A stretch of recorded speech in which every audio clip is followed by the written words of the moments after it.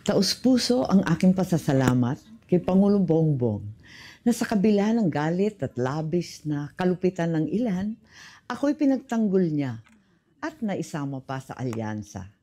Maraming salamat din sa nasyonalista at sa aking mga kaalyadong patuloy ang pagtangkilik sa akin. Naway manatili ang tiwala ninyo. 35 taon nang nakalipas ngayong araw mula nung pumanaw ang ama ko.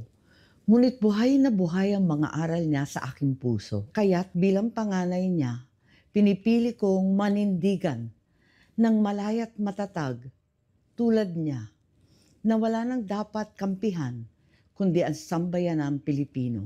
Hindi madaling tumayong mag-isa sa kampanya at sa politika. Ngunit yan ang pamana ng matanda sa akin.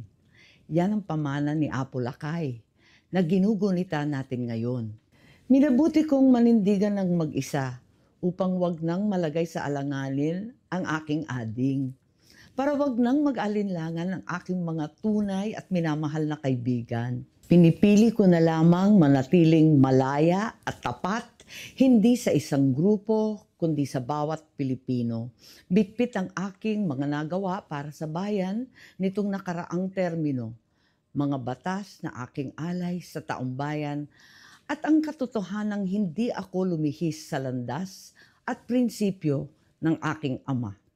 Maglingkod sa bawat Pilipino nang walang pinapanigan maliban sa kapakanan ng bawat mamamayan.